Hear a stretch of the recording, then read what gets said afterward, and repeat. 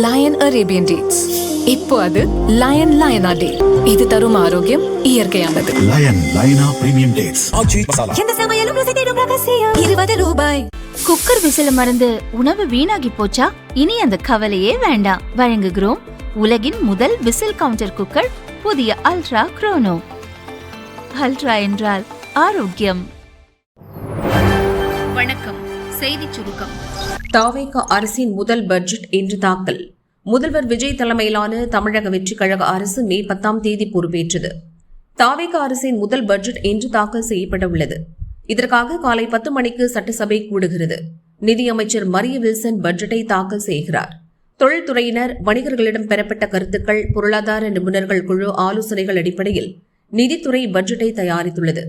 பட்ஜெட்டில் பெண்கள், இளைஞர்கள் சுய தொழில் துவங்க புதிய திட்டங்கள், பின்தங்கிய மாவட்டங்களில் பொருளாதார வளர்ச்சி ஏற்படுத்த புதிய தொழில் பூங்கா, தொழில்பேட்டை உள்ளிட்ட அறிவிப்புகள், மாணவர்கள், முதியவர்களின் உதவித்தொகை அதிகரிப்பு உள்ளிட்ட அம்சங்கள் இடம்பெறவுள்ளன.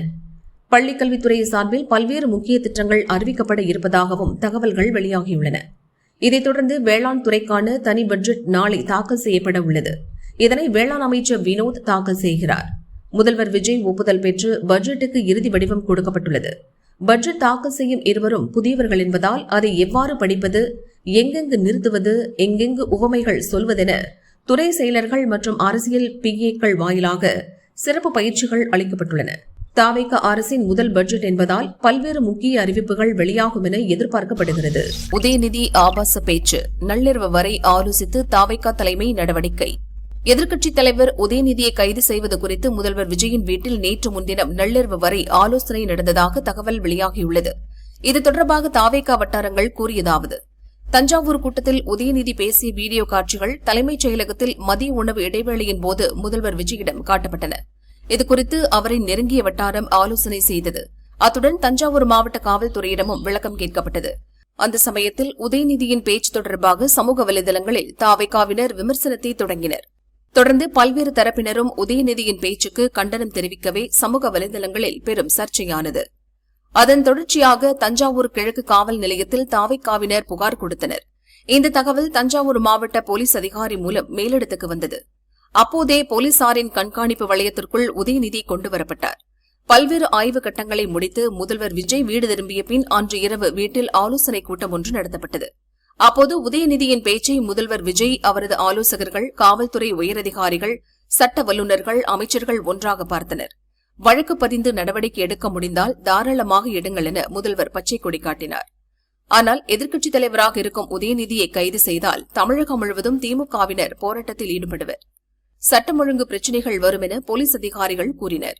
நள்ளிரவு வரை நீடித்த இந்த கூட்டத்தில் இறுதியாக எந்த பிரச்சினை வந்தாலும் பார்த்துக்கலாம், உதயநிதியை தூக்கியே ஆகணும் என முதல்வர் உட்பட அனைவரும் முடிவு செய்தனர்.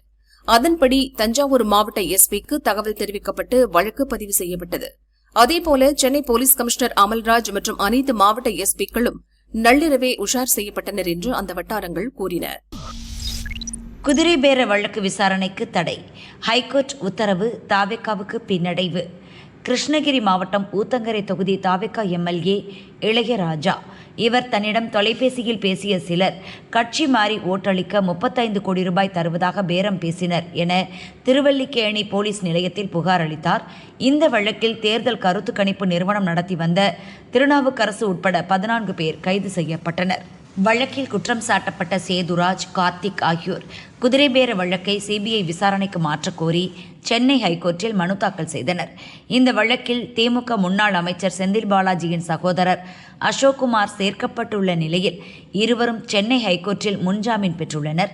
இந்த வழக்கில் கைதாகி ஜாமீன் பெற்ற ரமேஷ் என்பவர் குதிரை பேரம் பேசப்பட்டது தொடர்பாக திருவல்லிக்கேணி காவல் நிலையத்தில் பதிவு செய்துள்ள வழக்கை CBIக்கு மாற்ற உத்தரவிடக் கோரி மனு தாக்கல் செய்தார். அந்த மனுவை விசாரித்த நீதிமன்றம் மத்திய அரசு, மாநில அரசு மற்றும் CBI பதிலளிக்க உத்தரவிட்டதுடன் ரமேஷ் மீதான விசாரணைக்கு மட்டும் இடைக்கால தடை விதித்திருந்தது. இந்த நிலையில் நேற்று ஜாமீன் பெற்ற சேதுராஜ், கார்த்திக் ஆகியோரும் இந்த வழக்கை CBIக்கு மாற்றி புதிதாக விசாரணை நடத்த உத்தரவிட வேண்டும் என்றும் சென்னை ஹைகோர்ட்டில் வழக்குகளை தாக்கல் செய்துள்ளனர்.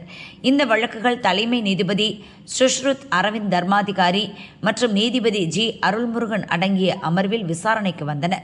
அப்போது மனுதாரர்கள் தரப்பில் மாநில காவல்துறையினர் விசாரணையில் நம்பிக்கை இல்லை என்பதால் இந்த வழக்கை சிபிஐ அல்லது வேறு ஏதேனும் விசாரணை அமைப்புக்கு மாற்ற வேண்டும் என்று வாதிடப்பட்டது. இந்த வழக்கில் பொய்யாக குற்றச்சாட்டு சேர்க்க வேண்டிய அவசியம் இல்லை, போதுமான ஆதாரங்கள் சேகரிக்கப்பட்டுள்ளன என்று காவல்துறை தரப்பில் தெரிவிக்கப்பட்டது. மேலும் தமிழக அரசு தரப்பில் வழக்கின் புலன் விசாரணை ஆரம்ப கட்டத்தில் உள்ளதால் எந்த இடைக்கால உத்தரவும் பிறப்பிக்க கூடாது என்றும் வாதிடப்பட்டது.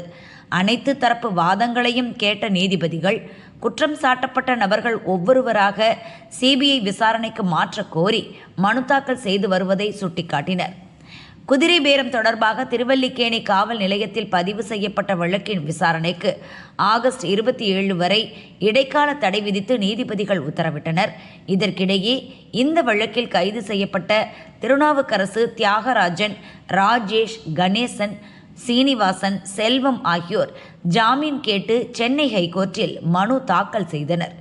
இதேபோல் இந்த வழக்கு தொடர்பாக தீபக், செல்வரங்க முருகன், அழகேசன், சக்திவேல் ஆகியோரும் முன்ஜாமீன் கேட்டு மனு தாக்கல் செய்தனர். மனுக்களை விசாரித்த நீதிபதி GK இளந்திரையன் வழக்கில் கைதான திருநாவுக்கரசு, தியாகராஜன் உள்ளிட்ட 6 பேருக்கு ஜாமீன் வழங்கியும் தீபக் உள்ளிட்ட 4 பேருக்கு முன்ஜாமீன் வழங்கியும் உத்தரவிட்டார். MBBS கலந்தாய்வில் மாற்றமில்லை, தமிழக அரசு அறிவிப்பு. மத்திய அரசின் மருத்துவ கலந்தாய்வு குழுவான MCC அகில இந்திய ஒதுக்கீட்டு இடங்களுக்கான கலந்தாய்வு விதிகளில் சில மாற்றங்களை செய்துள்ளது. இதனால் தமிழகத்தின் மாநில ஒதுக்கீட்டு இடங்களுக்கான விதிகளிலும் திருத்தங்கள் செய்யப்படுமா என்ற சந்தேகம் மாணவர்கள் மற்றும் பெற்றோர்களிடையே எழுந்தது. அதற்கு விளக்கமளிக்கும் வகையில் மாணவர் சேர்க்கைக் குழு வெளியிட்ட அறிவிப்பு. சான்றிதழ் சரிபார்ப்பு நடைமுறையை பொறுத்தவரை தமிழகத்தில் வழக்கம்போல் ஒருங்கிணைந்த இணையவழி நடைமுறை தொடர்ந்து செயல்படுத்தப்படும்.